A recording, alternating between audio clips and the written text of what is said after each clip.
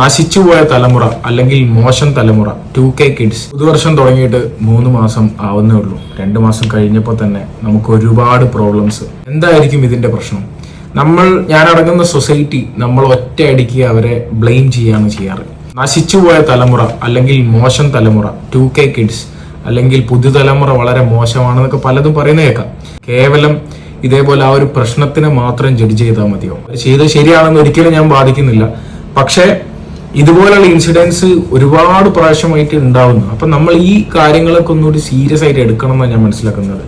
ശരിക്ക് ഈ കൊന്നൊരു ഇൻസിഡന്റ്, അവനെ കൊല്ലണം, അവനെ വെട്ടണം, ജയിലിൽ ഇറക്കണം, ഗൾഫിന്റെ നിയമങ്ങൾ വരണം, അതാവണം ഇതാവണം എന്നൊക്കെ നമ്മൾ ഒരുപാട് ആൾക്കാർ ആഗ്രഹിക്കുകയും പറയുകയും ചെയ്യുന്നുണ്ട്. പക്ഷെ കേവലം അത്ര ഈസി ആയിട്ട് നമ്മൾ ആ ഒരു ഇൻസിഡന്റിനെ മാത്രം, ആ ഒരു പ്രശ്നത്തിനെ മാത്രം എടുത്തിട്ട് കാര്യമുണ്ടോ? പലപ്പോഴും ഡ്രഗ്സ് ആണ് നമ്മൾ പറയാറുള്ളത്, അല്ലെ? ഡ്രഗ്സ് ഒരു കാരണമാവാം, അല്ലാന്ന് നമുക്ക് പറയാൻ പറ്റില്ല. പക്ഷെ പലപ്പോഴും ഇത് സംഭവിക്കുന്നത് മെന്റൽ ഹെൽത്ത് അവയർനെസ് ഇല്ലാത്തത് കൊണ്ടോ, മെന്റൽ ഹെൽത്ത് ലിറ്ററസി ഇല്ലാത്തതുകൊണ്ടോ. അതായത് നമുക്ക് ഒരു തലവേദന വരുന്ന സമയത്ത് നമ്മൾ ഡോക്ടറെ കാണിക്കാൻ പോകും, പക്ഷെ നമുക്കൊരു പനി വരുന്ന സമയത്ത് ഡോക്ടറെ കാണിക്കാൻ പോകും.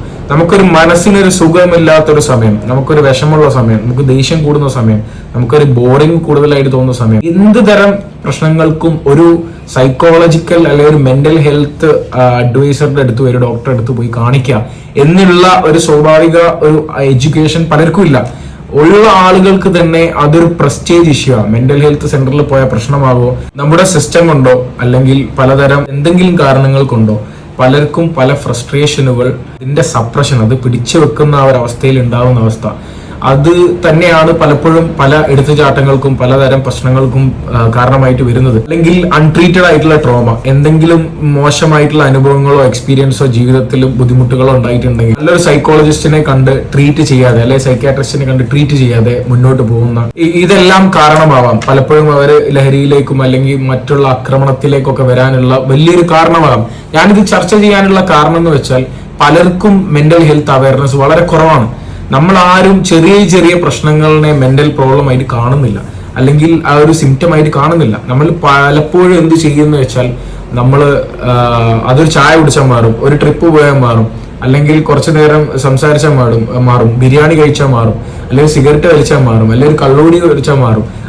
അതുപോലെയാണ് പലർക്കും കഞ്ചാവും മറ്റുള്ള ലഹരിയും കൊക്കൈനും അങ്ങനെ പറഞ്ഞിട്ടുള്ള സോ കോൾഡ് ലഹരികൾ ഉപയോഗിക്കുന്ന ആളുകൾ ഉപയോഗിച്ച് പോകുന്നത്. അവരുടെ ഒരു ബോറിംഗ് അടിക്കുന്ന സമയം മാറ്റാൻ വേണ്ടി, അതിനൊരു സന്തോഷം കിട്ടാൻ വേണ്ടി, ആ ബോറിംഗ് മാറാൻ വേണ്ടിയിട്ട്, അവരൊന്നുകൂടി ഹാപ്പി ആവാൻ വേണ്ടിയിട്ടാണ് പല സബ്സ്റ്റൻസുകളും യൂസ് ചെയ്യുന്നത്. നമ്മളിൽ പലർക്കും, ലഹരി ഉപയോഗിക്കാത്ത പലർക്കും ഇതേപോലെയുള്ള ഒരു ബോറിംഗ് മാറ്റുന്ന രീതി, ഉദാഹരണത്തിന് ഭക്ഷണം കഴിക്കാന്ന് പറയും. നമ്മൾ അനാവശ്യമായി ഭക്ഷണം, വിഷമം മാറ്റാൻ കഴിക്കുന്ന ആൾക്കാരുണ്ട്, ഒരുപാട് ആൾക്കാരുണ്ട്. ഞാൻ കഴിച്ച ഒരു വ്യക്തിയാണ്. കാരണം നമുക്ക് ആ ഒരു കോപ്പിംഗ് മെക്കാനിസം എങ്ങനെ ആ ബോർഡത്തിനോടോ അല്ലെങ്കിൽ സ്ട്രെസ്സിനോടോ ആൻസൈറ്റിയോടോ ഏതെങ്കിലും തരത്തിലുള്ള മെന്റൽ ബുദ്ധിമുട്ടുകളെ എങ്ങനെ മറികടക്കണം എന്ന് പലർക്കും അറിയില്ല. പലരും റിലീജിയസ് മാർഗം തേടും, പലരും നേരത്തെ പറഞ്ഞതുപോലെ എന്തെങ്കിലും ചീപ്പ് ത്രില്ലുകൾ നേടും, ചായ കഴിക്കാൻ പോയി പുറത്തു പോകും. അതൊന്നും മോശമാണെന്നല്ല പറയുന്നത്, പക്ഷെ ചില സിറ്റുവേഷനിൽ അത് തീർത്തും ഓക്കെ അല്ല. പലരും ഈ ഫുഡ് കഴിച്ച് ബിഞ്ച് ഈറ്റിംഗ് എന്ന് പറയും, അത് സ്ട്രെസ് മാറ്റാനോ അല്ലെങ്കിൽ ബോർഡം മാറ്റാനോ ഒക്കെ ഫുഡ് വാരി വലിച്ച് കഴിക്കാം. വാരി വലിച്ച് കഴിയുമ്പോൾ ഒരു കിക്ക് കിട്ടും, പിന്നെ നിർത്തും, പിന്നെ എന്തെങ്കിലും വരും, പിന്നെ എന്തെങ്കിലും കഴിക്കും. എസ്പെഷ്യലി ഈ ഷുഗർ ആയിട്ടുള്ള സാധനം. അപ്പോൾ ഉദാഹരണത്തിന് ഞാൻ പറഞ്ഞത് എല്ലാ മനുഷ്യരിലും ഇതുണ്ട്, ആരതും ഇത് പുറത്ത് അറിയുന്നില്ല. ഗവൺമെന്റോ സിസ്റ്റമോ ഡ്രഗ്സ് എന്ന് പറയുന്ന കാറ്റഗറൈസ് ചെയ്യുന്നത് വേറൊരു തരം സാധനങ്ങൾ ആയതുകൊണ്ട് തന്നെ ഭക്ഷണത്തിൽ വരുന്ന ഈ ഒരു അഡിക്ഷൻ, ഈ ഒരു ലഹരി ആരും മനസ്സിലാവാതെ പോവാണ്. കാരണം നമ്മുടെ ജനിച്ച അന്ന് മുതൽ നമ്മൾ കഴിക്കുന്ന ഭക്ഷണങ്ങൾ, നമുക്ക് ഇഷ്ടമുള്ള ആളുകൾ നമുക്ക് ഉണ്ടാക്കി തരുന്ന സാധനങ്ങൾ ബ്ലൈൻഡ് ആയിട്ട് ജഡ്ജ് ചെയ്യാറുണ്ട്.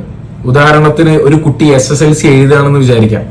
ആ കുട്ടിയുടെ പരിശ്രമം മാക്സിമം ചെയ്തുകൊണ്ട് നമ്മൾ അവരെ വീണ്ടും വീണ്ടും പ്രഷർ ചെയ്ത് ആ ഒരു 10ാം ക്ലാസ് പാസ്സാവാൻ വേണ്ടി, അല്ലെങ്കിൽ ഉദാഹരണമാണ് പറഞ്ഞത്, അത്രയും പ്രഷർ ചെയ്ത കുട്ടിന്റെ ആ ഒരു A+ മുഴുവൻ വീട്ടുകാർ എക്സ്പെക്ട് ചെയ്ത് കിട്ടിയില്ലെങ്കിൽ കുട്ടിക്ക് ഉണ്ടാവുന്ന പ്രഷർ, ആ ഒരു വർഷം കുട്ടിക്ക് ഉണ്ടാവുന്ന ഭയങ്കരമായിട്ടുള്ള ഒരു ബുദ്ധിമുട്ട്, ഇതൊന്നും ആരും തിരക്കിക്കൊള്ളുന്നില്ല. അവരെല്ലാം നോക്കുക ഫൈനൽ റിസൾട്ടാണ്. ഇത്ര A+ ഉണ്ടോ, ഇത്ര നമ്പർ കിട്ടുന്നുണ്ടോ, ഒരു പ്രസ്റ്റീജിയസ് ഇഷ്യൂ ആണോ, സ്റ്റാറ്റസ് ഇടാൻ പറ്റുമോ, അവരോട് പറയാൻ പറ്റുമോ, ഇവരോട് ആ ഒരു തോട്ടാണുള്ളത്. ഓക്കെ, കുഴപ്പമില്ല, നടത്തട്ടെ, അവരുടെ ഈ സുഖം അതാണെങ്കിൽ നടത്തട്ടെ. പക്ഷേ നമ്മൾ അവരുടെ പൊട്ടൻഷ്യൽ മനസ്സിലാക്കാൻ പറ്റണം, അവരുടെ മെന്റൽ ഹെൽത്ത് മനസ്സിലാക്കാൻ പറ്റണം, അവരുടെ ആൻസൈറ്റി ഉണ്ടോ, ഡിപ്രഷൻ ഉണ്ടോ, എന്താണെന്ന് മനസ്സിലാക്കുമ്പോൾ അവർക്ക് കിട്ടേണ്ട ലൈഫ് സ്കിൽസ് ഇമോഷൻസ് മാനേജ് ചെയ്യുന്ന കാര്യങ്ങൾ, എങ്ങനെ സസ്റ്റൈനബിൾ ആയിട്ടും എങ്ങനെ നല്ലൊരു സുഖമായ പീസ്ഫുള്ളായ ജീവിതം എങ്ങനെ നയിക്കാന്നുള്ള ഒരു സബ്ജക്റ്റ് പോലും അതിലുണ്ടാവില്ല. എല്ലാത്തിലും ഉണ്ടാവും അവർക്ക് ഭാവിയിലേക്കുള്ള ജോലി ചെയ്യാനുള്ള അല്ലെങ്കിൽ അങ്ങനെ തുടങ്ങിയിട്ടുള്ള ഒരുപാട് കരിയർ ഓറിയന്റഡ് ആയിട്ടുള്ള കാര്യങ്ങളാണ് ഉള്ളത്. ഈ ഒരു 10ാം ക്ലാസ് വരെയുള്ള കുട്ടികളുടെ ആ ഒരു ടൈം എന്ന് വെച്ചാൽ ഒരു ബിൽഡിങ്ങിന്റെ പില്ലർ പോലെയുള്ള ടൈമാണ്. ആ ഒരു ടൈമിൽ ആ കുട്ടിക്ക് മനസ്സിലാക്കാൻ പറ്റണം ഏതാണ് എൻ്റെ പാഷൻ, എന്തിലാണ് എനിക്ക് താല്പര്യം, എന്ത് കാര്യത്തിനോടാണ് എനിക്ക് കൂടുതൽ ഇഷ്ടം, ഞാൻ ഏത് ജോലിയാണ് ചെയ്യേണ്ടത് എന്നൊക്കെ ഉള്ള ആ കുട്ടിക്ക് ഒരു മാർഗം കാണിച്ചു കൊടുക്കാനാണ് നമ്മുടെ സിസ്റ്റത്തിന് പറ്റേണ്ടത്. അതിന് വേണ്ടിയിട്ട് എന്തൊക്കെ ചെയ്യാൻ പറ്റുമോ അതൊക്കെ ചെയ്യുക. ഒരു 10ാം ക്ലാസ് കഴിയുന്ന കുട്ടി അല്ലെങ്കിൽ ഒരു ഹൈസ്കൂൾ എത്തുന്ന കുട്ടിക്ക് മനസ്സിലാവണം എന്താണ് എൻ്റെ കാറ്റഗറി, ഏതാണ് ഞാൻ എടുക്കേണ്ടത്, എന്താണ് എനിക്ക് ആപ്റ്റ് ആവുന്നത്. കുട്ടി അത് ഇൻട്രസ്റ്റോട് കൂടി ചെയ്യട്ടെ. നമുക്കങ്ങനെ ജഡ്ജ് ചെയ്യാൻ പറ്റും. ഒരു കുട്ടി മാത്തമാറ്റിക്സിൽ മോശമാണ്, വേറെ ഏതെങ്കിലും വിഷയത്തിൽ ആ കുട്ടിക്ക് അടിപൊളിയായിട്ട് ചെയ്യാൻ പറ്റുന്നുണ്ട്, ബാക്കിയുള്ള എല്ലാ സബ്ജക്റ്റ് തോറ്റു പോവുകയാണെങ്കിൽ ആ കുട്ടി ആ ഒരു സബ്ജക്റ്റിൽ സ്കോർ ചെയ്യുകയാണെങ്കിൽ പോലും ആ കുട്ടിയുടെ പേര് ഫെയിലിയറിനായിരിക്കും. ആ കുട്ടി സൊസൈറ്റിയിലും വീട്ടിലും ഒക്കെ നാണം കെടും, ആ കുട്ടി കോർണർ ചെയ്യപ്പെടും. പക്ഷെ ആ കുട്ടി നമ്മുടെ സിസ്റ്റം കാരണം ആ കുട്ടി തോറ്റുപോയാണ്. കുട്ടി ജനിച്ച് ആ ഒരു എക്സാക്ട് ആയിട്ടുള്ള കാര്യത്തിൽ കുട്ടിക്ക് താല്പര്യം ഉണ്ടെങ്കിൽ അത് ജഡ്ജ് ചെയ്യുന്ന നമ്മളും സിസ്റ്റവും അല്ലേ അപ്പൊ തെറ്റ്. അപ്പൊ ആ കുട്ടി എങ്ങനെ തെറ്റാവും? നമ്മുടെ വിദ്യാഭ്യാസം സിസ്റ്റം വേണ്ടത് എന്താണെന്ന് വെച്ചാൽ ഒരു കുട്ടിക്ക് അവന്റെ പൊട്ടൻഷ്യൽ എന്താണ്, അവൻ ജനിച്ച് അല്ലെ അവൾ ജനിച്ച് അവർക്ക് എന്താണ് ഏറ്റവും ടോപ്പായിട്ട് ചെയ്യാൻ പറ്റുക, അതിന് വേണ്ടിയിട്ടുള്ള എഡ്യൂക്കേഷൻസ് കൊടുക്കുക, അതിന് വേണ്ടിയിട്ടുള്ള ഗൈഡൻസ് കൊടുക്കുക, പ്രോപ്പറായിട്ട് മെന്റൽ ഹെൽത്തിനും ഫിസിക്കൽ ഹെൽത്തിനുമുള്ള അവയർനെസ് കൊടുക്കുക. അവയർനെസ് എന്തിനാന്ന് വെച്ചാൽ നമുക്കൊരു പ്രോബ്ലം ഉണ്ടെങ്കിൽ അത് എവിടെ കൊണ്ടുപോയി നമ്മൾ ആരോട് സംസാരിക്കണം, ആരെടുത്ത് അത് പോയിട്ട് റെഡിയാക്കണം എന്നുള്ളൊരു ബേസിക് നോളജ് എങ്കിലും നമ്മുടെ സിസ്റ്റത്തിൽ ഉൾപ്പെടുത്താൻ പറ്റണം. എൻ്റെ ഒരു അഭിപ്രായത്തിൽ സ്കൂളിൽ വരുന്ന എല്ലാ കുട്ടികൾക്കും 1ാം ക്ലാസ് മുതൽ ഒരു പീരീഡ് എങ്കിലും മെന്റൽ ഹെൽത്ത്, ഒരു പീരീഡ് ഫിസിക്കൽ ഹെൽത്തിന് PT ഉണ്ടെന്ന് എങ്കിലും വിചാരിക്കാം. മെന്റൽ ഹെൽത്തിന് വേണ്ടിയിട്ടുള്ള സബ്ജക്ട്സ് വളരെ കുറവാണ്, ഇല്ലാന്ന് തന്നെ പറയാം. അതുകൊണ്ട് തന്നെ കുട്ടി ചിലപ്പോൾ മാർക്ക് കൂടുതൽ ഉണ്ടാവും, ചിലപ്പോൾ ജോലി വലുതായിട്ട് കിട്ടാം, എല്ലാ കാര്യം ഉണ്ടാവും. പക്ഷെ എങ്ങനെ ജീവിക്കണം എന്നോ അല്ലെങ്കിൽ എങ്ങനെ ഒരു ബെറ്റർ പേഴ്സൺ ആണെന്നോ അല്ലെങ്കിൽ അറ്റ്ലീസ്റ്റ് നമുക്ക് എന്തെങ്കിലും പ്രോബ്ലം വന്നോ ഒരു ബോർഡം വന്നോ ഒരു പ്രശ്നം വന്നാൽ നമ്മൾ പോയി ഒരാളെ കൺസൾട്ട് ചെയ്യണമെന്നോ ഒരു തോട്ട് വരാത്തത്, അത് വരണമെങ്കിൽ തീർച്ചയായിട്ടും നമ്മൾ സിസ്റ്റത്തിൽ ഇത് കൊണ്ടുവരാൻ വേണ്ടി പറ്റണം. ഒരു കേസ് വന്നു, അടുത്ത കേസ് വരും, ആളുകൾ അത് മറക്കും, ന്യൂസും മീഡിയാസ് ഒക്കെ അതിന്റെ വഴിക്ക് വരും, വേറെ വഴിക്ക് പോവുകയൊക്കെ ചെയ്യും. പക്ഷെ ഈ സിസ്റ്റം ഒരുപാട് കാലമായിട്ടുള്ള ഇതേ സെയിം റിപ്പീറ്റഡ് സൈക്കിൾസ് ആണ്, റിപ്പീറ്റഡ് പാറ്റേൺ ആണ്. നമ്മളത് മനസ്സിലാക്കണം. അത് തീർച്ചയായിട്ടും നമുക്ക് ചെയ്തേ പറ്റുള്ളൂ. ബ്ലെയിം ചെയ്യുന്നത് മാത്രമല്ല നമ്മൾ ആ സിറ്റുവേഷൻ മാനേജ് ചെയ്യാനുള്ള ഒരു മെയിൻ ആയിട്ടുള്ള ഒരു രീതി. നമ്മൾ അണ്ടർസ്റ്റാൻഡിങ് കൂടി ചെയ്ത് ഇതുപോലെ ഒരു അവസ്ഥ എങ്ങനെ ഇല്ലാതിരിക്കാം എന്ന് വേണം നമ്മൾ ശ്രമിക്കുക. നമ്മളിപ്പോ കയ്യോ കാലോ തലയോ വെട്ടി ആ പ്രതിക്ക് ശിക്ഷ കിട്ടാം, പക്ഷെ ഇതുപോലെ ഒരു പ്രതി വരൂല എന്ന് എന്താണ് നമുക്ക് ഉറപ്പ്? അത് പേടി ഉള്ളവൻ മാത്രം ചെയ്യാതിരിക്കും, പേടിയില്ലാത്തവൻ വീണ്ടും ചെയ്തുകൊണ്ടിരിക്കും. അപ്പൊ ഇത് തലച്ചോറിൽ, ഒരു വ്യക്തിയുടെ തലച്ചോറിൽ ബിൽഡ് ആവുന്ന കുറെ സംഭവങ്ങൾ, ആ ബിൽഡ് ആവുന്നിടത്ത് തന്നെ നമുക്ക് വർക്ക് ചെയ്യാൻ പറ്റണം. ഏറ്റവും ചെറുപ്പത്തിൽ നല്ലൊരു ചൈൽഡ്ഹുഡും നല്ലൊരു പാരന്റിങ്ങും നല്ലൊരു എഡ്യൂക്കേഷണൽ സിസ്റ്റം ഉള്ള ഒരു കുട്ടി ഒരിക്കലും പിന്നീട് വ്യതിചലിച്ച് പോകാനുള്ള സാധ്യത വളരെ കുറവാണ്. അവനവന്റെ പാത, അവനവൻ ഏത് റൂട്ടിലാണ് സഞ്ചരിക്കേണ്ടതെന്ന് അറിയാത്ത ഒരുപാട് ആൾക്കാർ ഇപ്പോഴും ഉണ്ട്. ഒരുപാട് ആൾക്കാർ പ്രവാസികളായിട്ട് കഷ്ടപ്പെട്ട് ഈ എന്തിലേക്കാ പോകേണ്ടത്, എവിടെ ചെയ്യേണ്ടതെന്ന് അറിയാതെ ഒരുപാട് ആൾക്കാർ പോയിട്ടുണ്ട്. ഒരുപാട് ആൾക്കാർ വേണ്ടാത്ത സബ്ജക്ട്സ് എടുത്ത് പഠിക്കുന്നുണ്ട്. വേറെ ആൾക്കാർ ഒരുപാട് ജോലികളിലും ഒരുപാട് തെറ്റായിട്ടുള്ള റിലേഷൻഷിപ്സ് വരെ ചൂസ് ചെയ്യുന്നുണ്ട്. അവർക്ക് വ്യക്തിപരമായിട്ട് അവരുടെ ഐഡന്റിറ്റി അല്ലെങ്കിൽ അവരുടെ മാർഗം ഏതാണ്, അവരെ ഏത് രീതിയിലാണ് പോകേണ്ടത്, അവരുടെ പൊട്ടൻഷ്യൽ എന്താണ്, അത് നോക്കി അവരെ ജഡ്ജ് ചെയ്യുന്നതും അതിനെ വളർത്താൻ വേണ്ടി ശ്രമിക്കുന്നതിലും വളരെ കുറവാണ്. 95% ആളുകളും എങ്ങനെയാണോ നാടിന് സിസ്റ്റം പോകുന്നത് അതുപോലെ എല്ലാവരും ആവണം, ആ ഒരു സ്ട്രക്ചറിന്റെ ഉള്ളിൽ തന്നെ ആവണം എന്ന് പറയുന്നത് ഭയങ്കര പ്രശ്നം തന്നെയാണ്. ഈ ഒരു ലോകത്ത് ജീവിക്കുന്ന സമയത്ത് ഒരു നോർമൽ ഹ്യൂമൺ, ഞാനൊരു നോർമൽ ഹ്യൂമൻ ആണ്, എന്നെ പോലുള്ള ആളുകൾക്ക് തന്നെയും ഒരു എസ്കേപ്പ് എപ്പോഴും ആഗ്രഹിക്കുന്ന ആളുകളാണ്. പലതരം സ്ട്രെസ്സുകൾ, ജോലി സ്ട്രെസ് ഉണ്ടാവാം, നമ്മുടെ സിസ്റ്റത്തിന്റെ സ്ട്രെസ് ഉണ്ടാവും, ഹെൽത്ത് ഇഷ്യൂസ് ഉണ്ടാവും, ഫാമിലി റിലേഷൻഷിപ്പ് ഇഷ്യൂസ് ഒരുപാട് പലതും ഉണ്ടാവും. ഇതിനൊക്കെ ഒരു എസ്കേപ്പ് ആഗ്രഹിക്കുന്നവരാണ് പലരും. കാരണം എല്ലാവർക്കും നമ്മുടെ ഫിസിക്കലി നമുക്കൊരു തലവേദന വരുമ്പോൾ നമ്മൾ മെന്റലിയും നമുക്ക് മെന്റൽ വേദന വരും. നമ്മളത് ട്രീറ്റ് ചെയ്യാതിരിക്കുമ്പോഴാണ് നമുക്ക് അതല്ലാത്ത വേറെ മാർഗങ്ങൾ സ്വീകരിക്കേണ്ടി വരിക.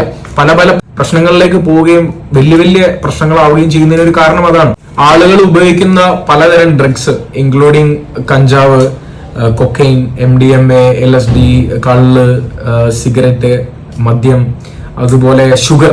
അത് പലരും പറയാത്തൊരു കാര്യമാണ്. നമ്മൾ സെർച്ച് ചെയ്താൽ പോലും അത് പെട്ടെന്ന് കണ്ടോളണമെന്നില്ല. ഇതൊക്കെ ആളുകൾ എടുക്കാനുള്ള കാര്യം, കൂടുതലും ആളുകൾ എടുക്കുന്ന ഒന്നുകിൽ ബോറിംഗ്, അല്ലെങ്കിൽ സംഭവം എന്തെങ്കിലും ബോർഡം ആയതുകൊണ്ടായിരിക്കാം. അല്ലെങ്കിൽ കൂടുതൽ ആൾക്കാർ ഇതിലേക്ക് വരാനുള്ള ഒരു കാരണം എന്താണെന്ന് വെച്ചാൽ അവരുടെ സ്ട്രെസ്, ആൻസൈറ്റി, ഡിപ്രഷൻ അല്ലെ ഏതെങ്കിലും തരത്തിലുള്ള മെന്റൽ പ്രോബ്ലംസിനെ മറികടക്കാൻ കൂടി വേണ്ടിയിട്ടാണ്. അതെന്തുകൊണ്ടാണ് അവര് മറികടക്കാൻ തെറ്റായ രീതിയിലുള്ള ഒരു മാർഗം ഏറ്റെടുത്ത് പോകുന്നത്? അത് തീർച്ചയായിട്ടും അവർക്കൊരു പ്രോപ്പർ ഗൈഡൻസ് കിട്ടാത്തതുകൊണ്ടാണ്.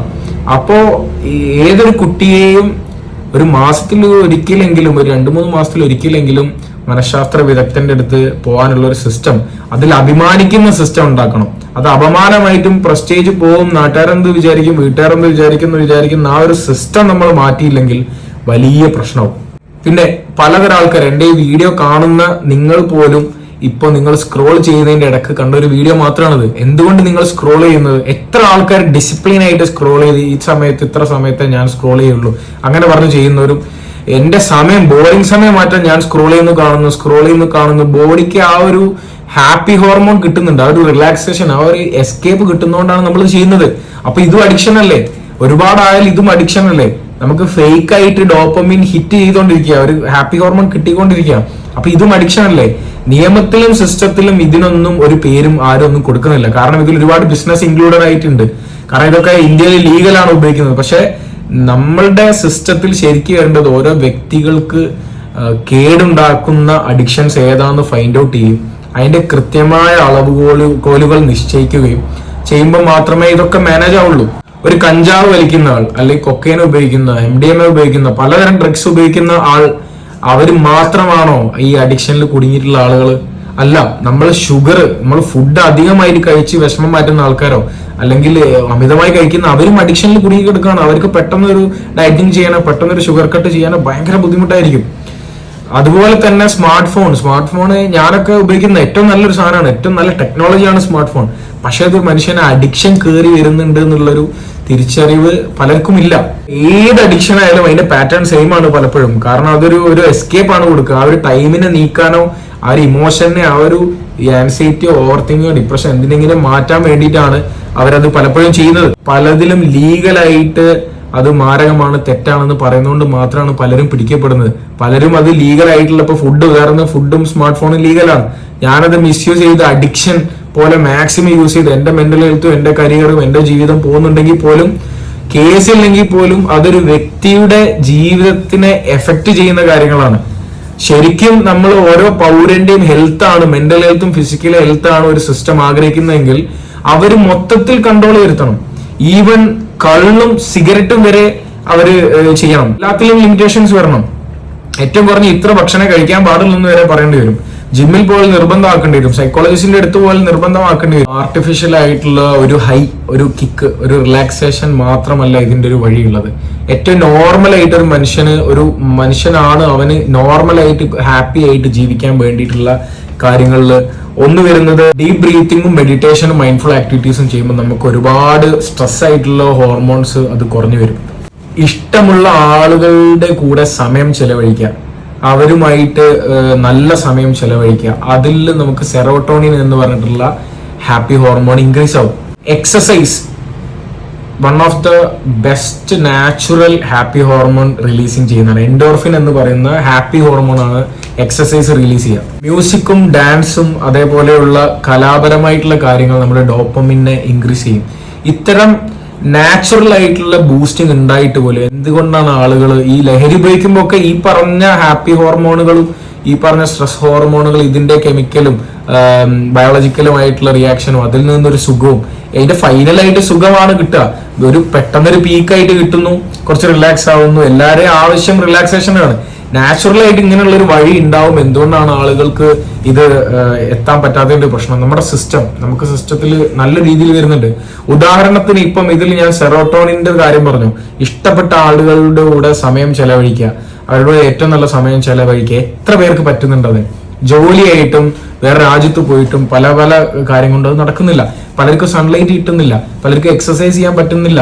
ഇതിനൊന്നും ഒരു പ്രയോറിറ്റി നമ്മുടെ സിസ്റ്റം എവിടെയും കൊടുക്കുന്നില്ല. ഏതെങ്കിലും സിനിമ കണ്ട് മോട്ടിവേറ്റഡ് ആയിട്ട് പോകും, അല്ലെ ആരെങ്കിലും പറഞ്ഞിട്ട് എന്തെങ്കിലും ആയിട്ടൊരു ഫീൽ ആയിട്ട് പോകും. അല്ലാതെ നമ്മുടെ സിസ്റ്റത്തിൽ ഒരു കർശനമായ നിയമങ്ങളോ ഒരു സാധനവും ഇല്ല. നമ്മൾ കുറച്ചുകൂടിയും ശാരീരികവും മാനസികവുമായിട്ടുള്ള ആരോഗ്യത്തിന് നമ്മുടെ സിസ്റ്റം നമ്മൾ കൂടുതൽ പവർ കൊടുക്കേണ്ടിയിരിക്കുന്നു. അത് ഒരു തരം ഡെവലപ്മെന്റ് ആണ്, അതാണ് മെയിൻ ഡെവലപ്മെന്റ്. അത് നല്ലൊരു തലമുറ ഇല്ലാതെ നമുക്ക് എന്ത് ഡെവലപ്മെന്റ് കിട്ടിയിട്ട് എന്ത് കാര്യം? ശരിക്ക് ഈ പറഞ്ഞ പ്രതികളാണോ, അല്ലെങ്കിൽ അതിൻ്റെ കൂടെ സൊസൈറ്റിക്കും സിസ്റ്റത്തിനും എഡ്യൂക്കേഷണൽ സിസ്റ്റത്തിനും നമ്മുടെയൊക്കെ ജഡ്ജ്മെന്റിനെയും നമ്മുടെയൊക്കെ പ്രയോറിറ്റീസിനെയും മെന്റൽ ഹെൽത്ത് അവയർനെസ് ഇല്ലായ്മയും അത് പറഞ്ഞു കൊടുക്കാനും. So who is responsible? ആ പ്രതികളാണോ, അല്ലെങ്കിൽ നമ്മളും കൂടെയാണോ പ്രതികൾ? Blind judgements, educational system, parenting, lack of guidance, high obsession with social prestige, and our failure to teach people to how to cope up with that. Mental health education സ്കൂളുകളിൽ വരണം എന്ന് നിങ്ങൾ ആഗ്രഹിക്കുന്നുണ്ടോ? എന്താ നിങ്ങളുടെ അഭിപ്രായങ്ങളൊന്ന് രേഖപ്പെടുത്തുക. Tag those who need to hear this. എത്ര പേര് മെന്റൽ ഹെൽത്ത് സെന്ററിൽ പോയി അവരുടെ സഹായം തേടും? പലർക്കും വിചാരം ഭയങ്കര മെന്റലായി പ്രാന്തായാൽ കാണിക്കുന്ന സ്ഥലമാണ് മെന്റൽ ഹെൽത്ത് സെന്റർ, കുതിരവട്ടം, മൂളമ്പാറ എന്നൊക്കെ പറഞ്ഞിട്ട് കുറെ പേര് പറയുന്നുണ്ടല്ലോ. പക്ഷെ അങ്ങനെയല്ല. നമുക്കൊരു പനിയോ തലവേദന വരുന്ന ചെറിയ സംഭവം പോലെ മനസ്സിന് പലപ്പോഴും വരാം, പല സിറ്റുവേഷൻസ് വരാം, പല പ്രോബ്ലംസ് വരാം. ഇതൊന്നും വലിയ പ്രശ്നമാവാൻ കാത്തു നിൽക്കേണ്ട ആവശ്യമില്ല. നമുക്ക് ധൈര്യമായിട്ട് പോകാം. അപ്പൊ നിങ്ങൾ ചോദിക്കും, വളരെ എക്സ്പെൻസീവ് ആയിട്ടുള്ള ഒരു ലക്ഷറീസ് ആണല്ലോ ഈ തെറാപ്പി എന്ന് പറയുന്നത്. അതേപോലെ അവിടെ പോകുന്നവരൊക്കെ നാട്ടുകാരെന്ത് വിചാരിക്കും? എന്റെ മെന്റൽ പ്രോബ്ലം ഉള്ള കുട്ടിയാണെന്ന് വിചാരിക്കൂലേ, അല്ലെങ്കിൽ ഒരു മെന്റൽ ആണെന്ന് വിചാരിക്കൂലേ? ഈ സംഭവങ്ങളൊന്നുമല്ല. നമുക്ക് ഗവൺമെന്റ് തന്നെ ഒരുപാട് സിസ്റ്റംസ്, ഒരുപാട് ഇൻസ്റ്റിറ്റ്യൂഷൻസ്, ഒരുപാട് കൗൺസിലിംഗ് സെന്ററുകൾ നമുക്കുണ്ട്. ഉദാഹരണത്തിന് ഞാൻ താമസിക്കുന്നത് കോഴിക്കോടാണ്. കോഴിക്കോട് ഇംഹാൻസ് എന്ന് പറയുന്ന ഗവൺമെന്റിന്റെ കംപ്ലീറ്റ്ലി ഫ്രീ ആയിട്ടുള്ള ഒരു സൈക്കോളജി അല്ലെങ്കിൽ സൈക്യാട്രി കൗൺസിലിംഗ് സെന്റർ ഉണ്ട് കോഴിക്കോട് മെഡിക്കൽ കോളേജ് അടുത്ത്. എത്ര ആളുകൾ അത് കണ്ടിട്ടുണ്ട് നമ്മളിൽ പലരും? അല്ലെങ്കിൽ അതത് ജില്ലകളിലുള്ള അതത് സ്ഥലങ്ങളിലുള്ള എത്ര മെന്റൽ ഹെൽത്ത് സെന്റർ വിസിറ്റ് ചെയ്ത് കൺസൾട്ടിങ് എടുത്ത എത്ര ആൾക്കാരുണ്ടാവും? നമ്മൾ പാരന്റിങ്ങിന് വേണ്ടി എങ്ങനെ നല്ല പാരന്റ് ആവാന്നുള്ളതിന് പോകണം, എങ്ങനെ നല്ല സ്റ്റുഡന്റ് ആവാന്നുള്ളത് പോകണം, എങ്ങനെ റിലേഷൻഷിപ്പിൽ എങ്ങനെ മാനേജ് ചെയ്യണം, എങ്ങനെ ഒരാളാവാന്നുള്ളത് പോകണം. ഇപ്പം കറന്റ് നമുക്ക് സ്കൂളുകളിലും കോളേജുകളിലും ഈ സിസ്റ്റം ഇല്ലാത്തത് കൊണ്ട് തന്നെ തീർച്ചയായിട്ടും നമ്മൾ വിസിറ്റ് ചെയ്യേണ്ട സ്ഥലങ്ങളാണ്. അതിനൊന്നും ഒരു രൂപ ചെലവില്ല. പ്രസ്റ്റേജ് ഇഷ്യൂ ഫേക്ക് ആയിട്ടുള്ള നമുക്ക് ഈ പ്രസ്റ്റേജ് ഇഷ്യൂ തലക്ക് പിടിച്ചിട്ട് ആൾക്കാരെന്ത് വിചാരിക്കുന്നുള്ള വിചാരിച്ച് നമുക്ക് നഷ്ടമായി പോകുന്നത് തലമുറകളെയാണ്. നമുക്ക് നഷ്ടമായി പോകുന്നത് ഒരുപാട് നല്ല ആളുകളെയാണ്. ക്രിമിനൽസ് ആയിട്ടും വിക്ടിംസ് ആയിട്ടും ഒരുപാട് ആളുകൾ നമുക്ക് നഷ്ടമാകുന്നു. മെന്റൽ ഹെൽത്തും ഫിസിക്കൽ ഹെൽത്തിനും എന്ത് തന്നെയായാലും ഈ സിസ്റ്റവും നമ്മുടെ ഗവൺമെന്റും എഡ്യൂക്കേഷനും എല്ലാം തുനിഞ്ഞിറങ്ങി പ്രവർത്തിച്ച് ഈ പറഞ്ഞ രീതിയിലുള്ള മാനേജ്മെന്റ് മാറ്റങ്ങൾ വരുത്തിയാൽ മാത്രമേ ഇനി നമുക്ക് ഇതിൽ നിന്നൊരു മുക്തിയുള്ളൂ. വാർത്തകൾ പലതും വരാം, വാർത്തകളിൽ പോകാൻ വരാം. പക്ഷെ നമ്മുടെ ഈ പ്രശ്നം മാറണമെങ്കിൽ ഇത് തന്നെ ഒരു വഴിയായിട്ട് കാണുന്നുള്ളൂ. അപ്പോ കുറ്റവാളികളെ ശിക്ഷിക്കുന്നതോടൊപ്പം തന്നെ ഇനിയും ഇതേപോലെ കുറ്റവാളികൾ വളരാതിരിക്കാനുള്ള മാന്യമായ സാധ്യതകൾ നമുക്ക് കാണണം. ഏതൊരു വിത്ത് വേണമെങ്കിലും കേടായ വിത്താവാനുള്ള സാധ്യതയുണ്ട്. ആ വിത്ത് വളരുന്ന എൻവയറൺമെന്റ് അത്രയും പ്രോപ്പർ ആയിരിക്കണം. ഞാൻ പറഞ്ഞ കാര്യങ്ങളോട് നിങ്ങൾ യോജിക്കുന്നുണ്ടെങ്കിൽ ഈ വീഡിയോ ഒന്ന് ഷെയർ ചെയ്യുക.